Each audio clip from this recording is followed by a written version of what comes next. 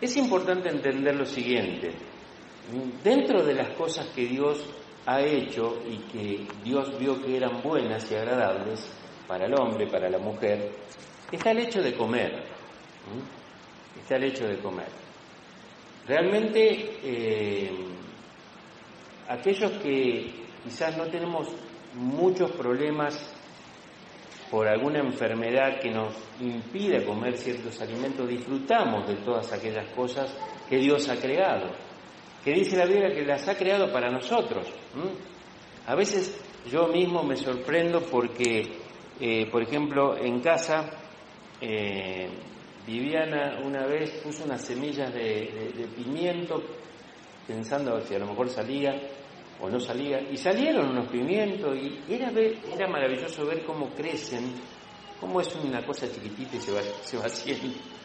Algo que uno después, cuando lo disfruta en una comida, sabe el sabor que eso tiene y cómo realmente hay un proceso en el cual Dios lo ha hecho para que nosotros podamos disfrutarlo, ¿no? Me sorprende ver también, tenemos una planta de limón, y ver cómo se va saliendo la flor, y dentro de esa flor uno puede ver, va apareciendo el limoncito chiquitito, que es una cosa así pequeña, y uno dice, qué bárbaro. Es extraordinario lo que Dios ha hecho. Y Dios lo ha hecho todo para nosotros, mis hermanos. Y comer es una de las cosas que realmente, de alguna forma, producen placer al ser humano, tanto al hombre como a la mujer. Ahora, la comida puede convertirse en un problema cuando se convierte en un dios, como otros tantos dioses, ¿no? Por ejemplo, fíjense lo que dice en Números 11. Vamos a buscar en la palabra de Dios y vamos a recorrer hoy varios pasajes bíblicos. Vamos a buscar en el libro de Números, capítulo 11. Y allí los versículos 4 y 5 dicen lo siguiente. Y la gente extranjera que se mezcló con ellos tuvo un vivo deseo, y los hijos de Israel también volvieron a llorar y dijeron, ¿quién nos diera a comer carne? Versículo 5. Nos acordamos del pescado que comíamos en Egipto de balde, de los pepinos, los melones, los puerros, las cebollas y los ajos. Y ahora nuestra alma se seca. Fíjense cómo el hecho de que ellos, cuando Dios los liberó y los envió al desierto y ellos estuvieron alimentados por Dios mismos a través del maná, ellos se acordaban de lo que comían en Egipto, ¿no? Entonces ellos dicen, ¿cuánto daríamos por comer carne o pescado? Dice, ¿no? Y se acuerdan de los pepinos, los puerros, ¿no? Y realmente esto para ellos fue un tropiezo. Fíjense que el versículo 4 que leímos dice que la gente extranjera que salió con ellos, que no eran judíos, se mezcló con ellos y empezó de alguna manera a influenciar sobre ellos, sobre el hecho de decir, al final, ¿para qué estamos acá? Si estábamos mejor cuando estábamos en Egipto, que éramos esclavos, pero teníamos unas buenas comidas para disfrutar, ¿no es cierto? Fíjense, por ejemplo, lo que dice Números 21, capítulo 5. Vamos otra vez al libro de Números, pero capítulo 21 y versículo 5.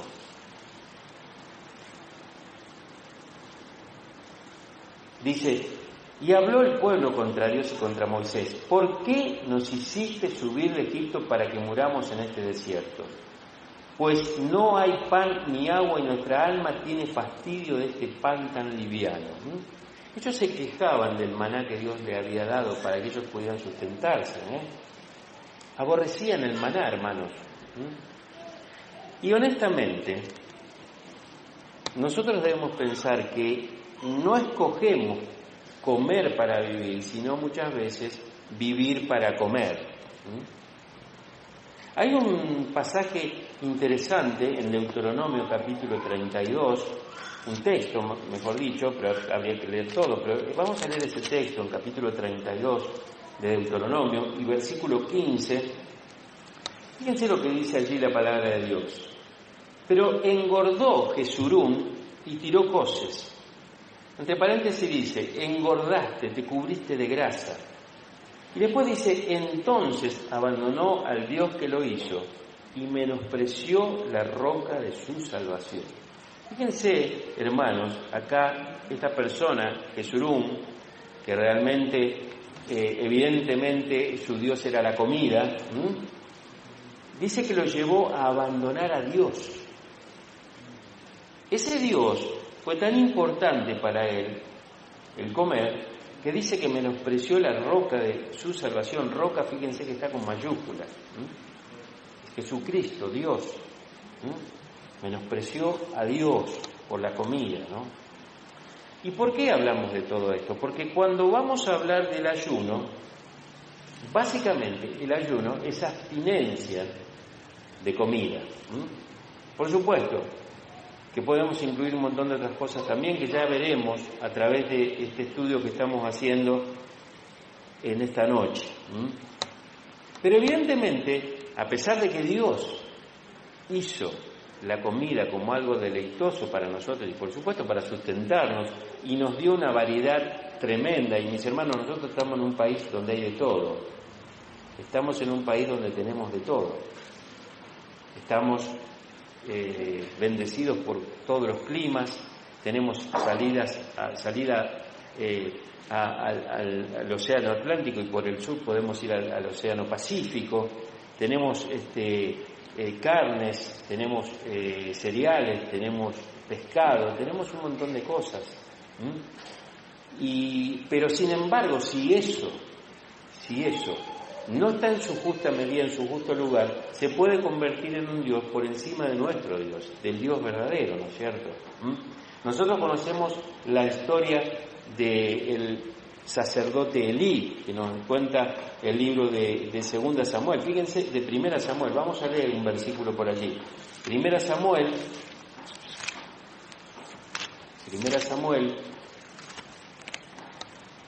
todo esto que estamos viendo está en el Antiguo Testamento.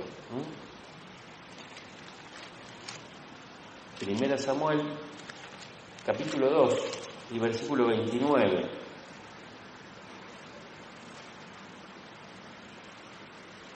Dice así, porque el que habla es Dios, ¿no? Dice, ¿por qué habéis hollado mis sacrificios y mis ofrendas que yo mandé ofrecer en el tabernáculo? Y has horadado a tus hijos más que a mí, a tus hijos más que a mí, engordándoos de lo principal de todas las ofrendas de mi pueblo Israel. ¿Qué sucedía acá, hermanos? Nosotros sabemos que para los sacrificios se buscaban ciertos animales y una parte de ese sacrificio era ofrendada a Dios y otra parte quedaba para los sacerdotes. ¿Qué hacían los hijos de Eli? Se agarraban las mejores partes del sacrificio y Dios dejaban el resto. Sí, bueno, esta parte del corderito dejémosla para nosotros, es la más rica. Y esto que sobra se lo damos a Dios. Y la Biblia dice que el propio Elí había engordado de tal manera, llevaba una vida de tan, podríamos decir así, sedentaria, y seguramente comería bastante bien, que eso lo llevó prácticamente a la muerte, porque dice que en un momento cuando le avisaron que sus hijos habían muerto, él se inclinó para atrás, se cayó y se golpeó la cabeza y murió, ¿no es cierto?, en el relato. Y la Biblia lo relata como un hombre grueso, es decir, un hombre bastante expandido, de buen comer. Pero ellos habían perdido el sentido de lo que significaba adorar a Dios, y ellos se quedaban con las mejores partes. Los hijos, que por supuesto hicieron otras barbaridades también, hacían eso, se quedaban con la mejor parte de la comida y a Dios sacrificaban la parte más, fea de los animales, eso se lo ofrendaban a Dios. Bueno, esto es un poco para tener un poco el antecedente de lo que significa la comida, el comer, y dónde ponemos cada cosa en su lugar, hermanos. Muchas veces, yo lo he dicho acá, pero lo he visto en todos lados, hermanos, cuando nosotros hacemos un evento donde se invita a comer, vienen todos, hermanos. Comida física, vamos. Comida espiritual, vamos o no vamos. Si hacemos algo en el cual hacemos un evento donde se va a comer y encima es gratis, se llena. Se llena. Pero cuando realmente nosotros queremos alimentar a las personas con la palabra de Dios, con lo que es la vida interior, muy pocos deciden venir a comer, muy pocos vienen a comer. Y esto es muy importante, hermanos, porque realmente es como yo estoy presentando esta introducción, de que a veces nosotros, podemos buscar simplemente lo terrenal, pasar un buen momento social, comer, tomar, ¿no es cierto? Aún cuando fuera entre nosotros, pero perdemos de vista realmente por qué hacemos, por qué realmente, venimos cuando nos juntamos y hacemos esto. Ustedes saben que el apóstol Pablo tuvo que retar fuertemente a los corintios, porque dice que cuando ellos se juntaban para celebrar la cena del Señor, nos dice ahí el apóstol que en realidad se sentaban para comer y algunos hasta se embriagaban, hermanos. Comían y le daban a las bebidas que se emborrachaban. Fíjense qué desorden, qué falta de entendimiento de las cosas realmente que Dios quiere darnos, en las cuales nos quiere dar sabiduría, cada cosa en su lugar. Por eso también hay un pecado de glotonería, que no lo vamos a ver ahora, pero hay un pecado de glotonería.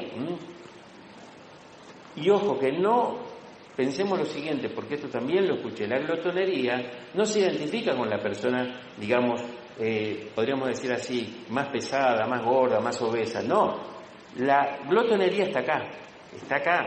Puede haber una persona muy flaquita, muy delgada, que es glotona, porque tiene toda su percepción acá en la mente, y es acá donde, busca, tener esto, tener aquello, llenarse. Ya vamos a hablar otro día sobre la glotonería, sobre ese pecado, ¿no es cierto? Pero realmente esta es una introducción para que nosotros podamos entender de mejor manera lo que significa el ayuno. Para eso vamos a ir al libro de Mateo capítulo 6. Vamos a ir al libro de Mateo capítulo 6 y allí vamos a basar un poco todo el estudio del ayuno, si bien vamos a tocar otros versículos.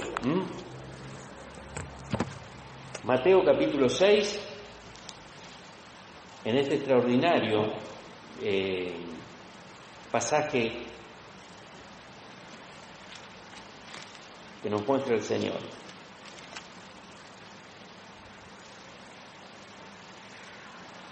El versículo 16 dice así, de Mateo 6: Cuando ayunéis, no seáis austeros como los hipócritas.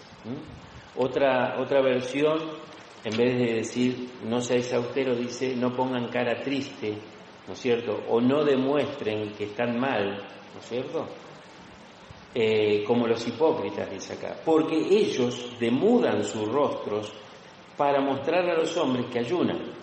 De cierto os digo que ya tienen su recompensa. Pero tú, cuando ayunes, unge tu cabeza y lava tu rostro, para no mostrar a los hombres que ayunas, sino a tu Padre que está en secreto, y tu Padre que ve en lo secreto te recompensará en público. Un poco lo que decíamos antes, ¿no? Que todo lo que hacemos lo hacemos para el Señor, y no simplemente para que nos vean o para que nos digan, qué bien estás haciendo esto, haciendo aquello, no. En el caso del ayuno es lo mismo. Y acá el Señor Jesucristo, en este capítulo 6, de Mateo, tiene que hacer correcciones en 3 áreas importantes. Hay 3 correcciones importantes que el Señor Jesús tiene que hacer. Primero, con respecto a las limosnas u ofrendas, de los versículos 1 al 4 del capítulo 6. La segunda es en el tema de la oración. Tiene que hacer correcciones en el tema de la oración, de los versículos 5 al 15, incluido el Padre Nuestro ahí. Que ven que ahí está incluido el Padre Nuestro. Y después habla sobre la tercera corrección que tiene que hacer, es sobre el ayuno. Mateo 6, del 16 al 18 que hemos leído.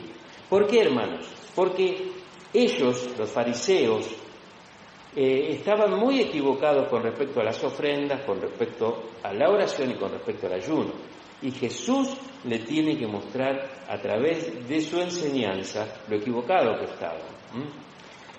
Y entonces tenemos que entender algo, como primer, podríamos decir así, frase que nos quede, o como una lección de fe, como digo yo, es crucial que nosotros entendamos la diferencia en que te vean ayunar, por un lado, y ayunar para que te vean por otro. Lo voy a volver a repetir. Tenemos que entender la diferencia en que te vean ayunar por un lado y ayunar para que te vean por otro. ¿Por qué? Que te vean ayunar no es pecado. Ayunar para que te vean es hipocresía. Por eso el Señor los trata de hipócritas acá. Dice el versículo 16, cuando ayunéis no seáis austeros como los hipócritas. Es decir, que Jesús está señalando a estos fariseos y todos estos religiosos que eran hipócritas cuando hacían esto, ¿no es cierto? Ser visto ayunar es simplemente una realidad externa, que es lo que realmente ellos trataban de mostrar. Y a menudo inevitable, pero el ayuno, para ser visto, es un motivo del corazón en la búsqueda de la autoexaltación. Es decir, realmente uno trata de hacer esto para que me digan, qué bien, vos estás ayunando, ¿no es cierto? Qué bueno.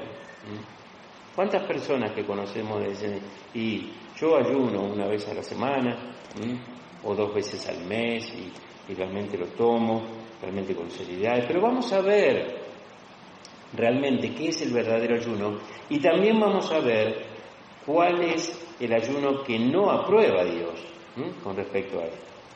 Ahora, es importante que pensemos esto, hermanos. El ayuno es una parte importante en la experiencia cristiana, es una parte muy importante en la experiencia humana. Primero de todo, el ayuno nunca se ordena, nunca se ordena.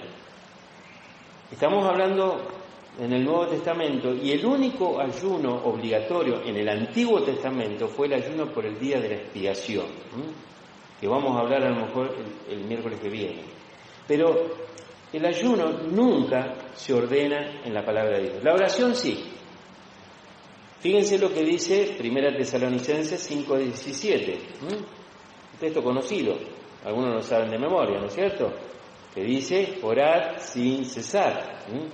Es decir, eso es un mandamiento, es un mandato que Dios pone a través del apóstol Pablo. La oración sí es un mandato que Dios nos da. Otro pasaje que está en Efesios 18 nos muestra que debemos orar en todo tiempo con toda oración y súplica. Es un mandato orar. Y oración y súplica es un mandato que realmente Dios nos da. Y el Señor Jesucristo dijo en Lucas 21:36, velad y orad. Es decir, que somos permanentemente llamados a orar. Estos sí son mandatos. Ahora, nunca somos mandados a ayunar. Y en realidad, hermanos, el ayuno está identificado de alguna forma con circunstancias únicas.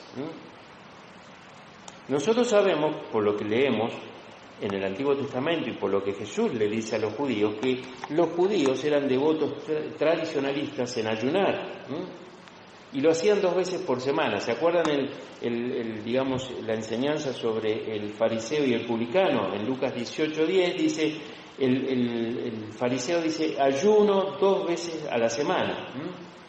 Es decir, que él, como todo judío, hacían esto como un acto repetitivo, que para ellos lo tomaban como algo obligatorio, ¿no es cierto? ¿Pero por qué? Porque ellos creían que si ayunaban eran más espirituales. De alguna forma, para ellos era un emblema de la santidad ayunar. Entonces ellos, obviamente, todas las semanas, 2 veces en la semana, ayunaban. Pero hay un episodio donde los fariseos le dicen al Señor Jesucristo, ¿por qué tus discípulos no ayunan? Y el Señor Jesucristo da una respuesta muy interesante, porque Él dice, por ejemplo, cuando el novio está contigo no ayunas. En otras palabras, este no es el tiempo para ayunar porque es tiempo de gozo. ¿Y por qué, hermanos? Porque el ayuno siempre está vinculado a 2 cosas, a la oración intensa, ¿no es cierto?, que vamos a ir viendo ahora, siempre tiene vinculación con la oración. El ayuno por separado no funciona, no es así como lo enseña la Biblia. Y segundo, el ayuno unido a la oración está, digamos, específicamente indicado, podríamos decir así, a esos tiempos únicos de gran angustia, de gran dificultad, de gran tristeza. Por eso el Señor Jesucristo dice, cuando el novio está, no es necesario que ayunes, porque es un tiempo de gozo. Es el tiempo en que nosotros debemos gozarnos. Y es importante que pensemos en esto, mis hermanos. Hay tiempos cuando no sería apropiado ayunar, porque te estás deleitando en la plenitud de la presencia de Dios y de todas sus bendiciones. ¿Qué sentido tiene ayunar allí? Te estás deleitando en la plenitud de la presencia de Dios y todas sus bendiciones.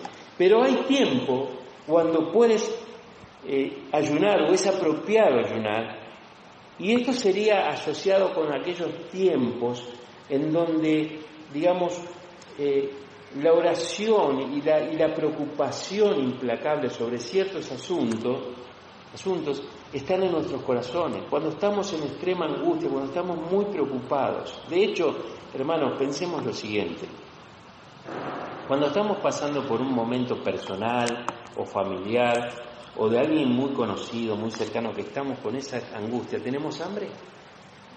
Y tenemos ganas de comer. Es decir, como hasta el propio cuerpo se acomoda para que realmente no sintamos el hambre, porque en realidad esa angustia no nos da apetito, no nos da ganas de comer.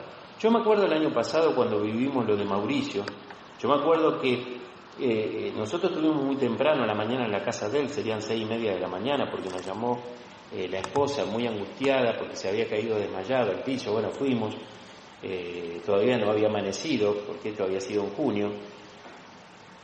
Bueno, llamaron una emergencia y el médico de la emergencia en realidad aparentemente le erró en el diagnóstico, le puso alguna medicina, digamos, transitoria que no hizo nada de efecto. Finalmente ellos se fueron a la guardia del sanatorio donde habitualmente ellos atienden, y bueno, y ahí quedó en observación todo el día. No sabían qué podía ser una peritonitis aguda, una apendicitis aguda, veían que había líquido dentro del abdomen, estaba muy mal. Finalmente, cuando decidieron operarlo y abrieron, ustedes saben todo el caso, abrieron, estaba lleno de sangre, estaba invadido todo el abdomen lleno de sangre, no sabían de dónde venía la pérdida, tuvieron que abrir todo el tórax de acá para abajo, el abdomen, hasta que descubrieron que era el vaso que se había reventado, ¿no es cierto? Bueno, hermanos, los días esa noche, que realmente se hizo muy larga, porque hasta las 3 de la mañana creo que no salió de cirugía, y yo estaba afuera, Viviana estaba adentro, yo estaba con mi consuelo, realmente uno estaba tan angustiado y orando realmente, aún sin palabras, orando con la mente, orando con el pensamiento, orando con el dolor. No tuvimos hambre al otro día, digamos, es como que ese tiempo es el tiempo que Dios dice, uní tu oración, tu clamor a un ayuno. ¿Por qué? Porque el ayuno significa nada es más importante, ni la comida, ni ninguna otra cosa que nos atrapa a cada momento, que estar en comunión con Dios y buscar su favor. Nada es más importante. Entonces tenemos que entender bien el ayuno. Es importante esto. La oración, cuando uno está en una situación de suma angustia, toma control de la vida, hermanos, o díganme si no. Yo me acuerdo, estoy poniendo un ejemplo personal, pero creo que todos podríamos pararnos acá y poner uno.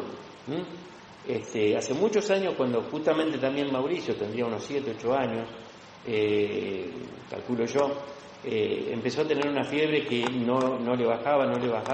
Tuvimos una semana todos los días yendo al doctor. Yo lo llevaba, lo traía, el médico no sabía, le hicieron análisis, no descubrían 38, 39, 40, 38, 39, 40.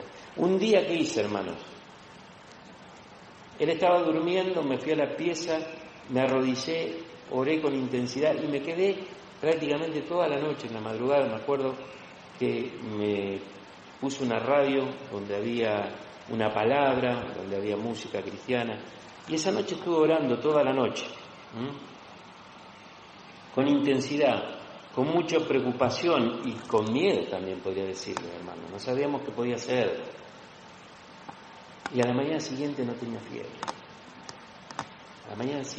fiebre. Y no le volvió mal la fiebre. Y eso me quedó grabado porque realmente quiero confesarle esto, mis hermanos. A veces parece que tenemos que esperar esos momentos para vivir esta experiencia de oración, de comunión, de intensidad.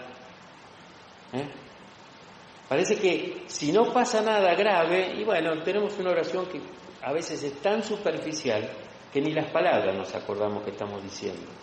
Tiene que pasar algo difícil, algo intenso, algo agudo, algo doloroso, para que realmente volvamos y nos inclinemos y oremos. Y quizás ahí incluimos el ayuno. A veces es un ayuno involuntario porque estamos haciendo ayuno porque no tenemos ganas de comer, no tenemos ganas de ver otra cosa, no nos vengan con esto, no nos vengan con aquello. Estamos tan centrados en esa situación que lo único que queremos es buscar a Dios.